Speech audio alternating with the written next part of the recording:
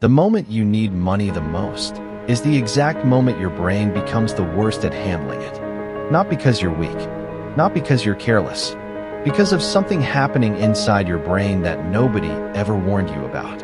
And the more pressure you feel, the worse it gets.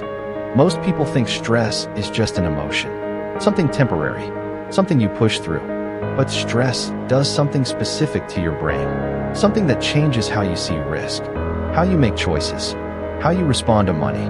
And if you don't understand this pattern, you will keep repeating the same financial mistakes every time life gets hard. Subscribe if you want to understand how your mind really works.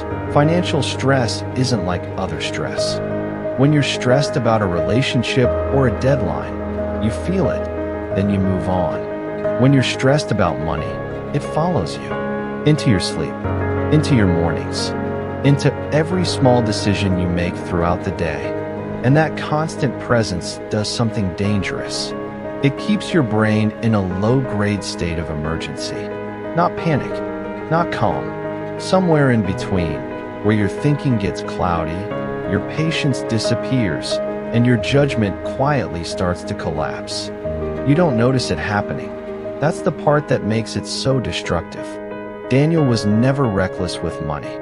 He paid his bills. He saved what he could. He wasn't wealthy, but he was stable. Then one month, everything shifted. His hours got cut. His rent went up. And suddenly, the small financial cushion he'd built started shrinking faster than he could stop it. At first, he stayed composed. He told himself it was temporary. But as the weeks passed, something changed in his behavior. He started buying things he didn't need. Small purchases, but constant. He made an investment he'd always called too risky.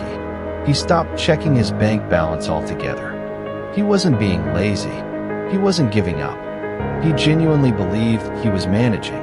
But he was making it worse, one quiet decision at a time. Here's exactly what was happening inside Daniel's brain. When stress hits, your body releases a hormone called cortisol. Cortisol's job is survival. It sharpens your instincts. It makes you react faster. But it does this by pulling energy away from the part of your brain responsible for long-term thinking, impulse control, and rational decision-making, the prefrontal cortex. In simple terms, stress physically weakens the exact part of your brain you need most when money is on the line. What takes over is your survival brain. Older, faster, and completely focused on right now. It doesn't think in months. It doesn't think in consequences. It only asks one question: what makes this feeling stop? That's why stressed people overspend, avoid numbers, chase fast solutions, take risks they'd never normally take. They're not being irrational. They're being exactly what their brain was built to be, under threat. Have you ever noticed this in your own life?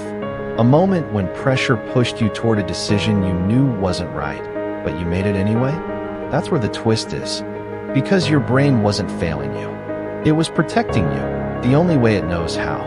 Everything it does under financial stress, the avoidance, the impulse spending, the tunnel vision, that's your survival system working exactly as designed. The problem is it was built for a world where danger was physical, where short-term thinking kept you alive.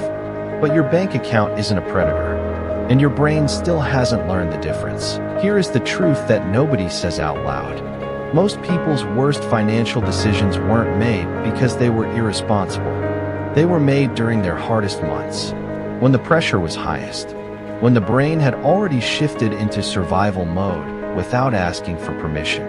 And when things eventually got better, I should have known better. But that's the cruelest part of this pattern. You couldn't have known better, not in that state. A brain running on cortisol cannot perform like a calm one. The biology simply won't allow it. The shame you've been carrying from those moments, it was never fully yours to carry. So what do you actually do with this? Not motivation. Motivation disappears the moment stress arrives. What you need is a system built for your worst days, not your best ones. That means making the important decisions now, while you're calm, while your prefrontal cortex is still in charge. Simple rules, automatic limits, guardrails that don't require willpower to activate. You decide in advance, if this happens, I do this. Not in the moment of pressure, before it. Because the version of you that's stressed, exhausted, and running on survival instinct will always choose short-term relief. The version of you right now, clear-headed, reading this, that's the version that needs to make the decisions that matter. Not for today, for the moment when everything feels like it's falling apart. Because that moment will come again. And the only question is whether you prepared for it, or left yourself alone with a brain that was never built for modern financial pressure. The real problem was never your situation. It was making life-changing decisions with a brain designed for survival.